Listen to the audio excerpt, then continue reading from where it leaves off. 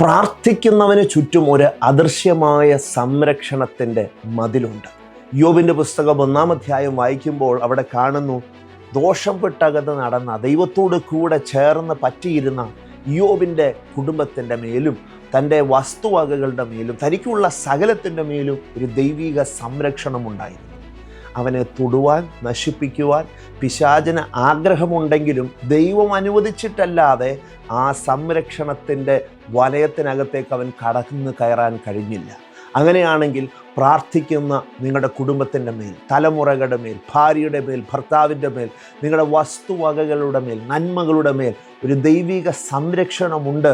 അതുകൊണ്ട് പ്രാർത്ഥനയിൽ മടുത്തു പോകരുത്. എല്ലാ ദിവസവും നിങ്ങളുടെ കുടുംബത്തെ ഓർത്ത് പ്രാർത്ഥിക്കുക. കാരണം പ്രാർത്ഥനയ്ക്ക് വലിയ ശക്തിയുണ്ട്.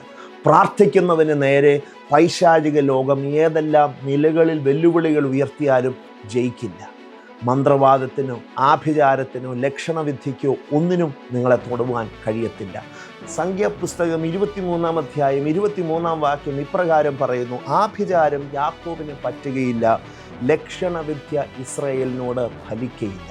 ദൈവത്താൽ തിരഞ്ഞെടുക്കപ്പെട്ട, സംരക്ഷിക്കപ്പെട്ട തൻ്റെ ജനത്തെക്കുറിച്ച് ദൈവം പറയുന്ന ആലോചനയാണ് ആഭിചാരത്തിനും ലക്ഷണവിദ്യയ്ക്കും ദുർമന്ത്രവാദത്തിനും ഒന്നിനും തൻ്റെ ജനത്തെ തൊടുവാനോ അവരെ ബാധിക്കുവാനോ കഴിയുകയില്ല. ആ അനുഗ്രഹം ദൈവം നമുക്ക് യേശുക്രിസ്തുവിലൂടെ നൽകിയിരിക്കുകയാണ്.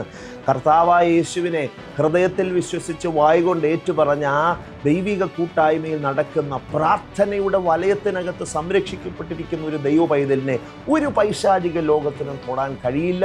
അതുകൊണ്ട് ധൈര്യത്തോടെ പ്രാർത്ഥനയോടെ മുമ്പോട്ട് പോകുക. ദൈവം നിങ്ങളെ ധാരാളമായി അനുഗ്രഹിക്കട്ടെ. വാക്കുകളെ ഇവിടെ അവസാനിക്കും.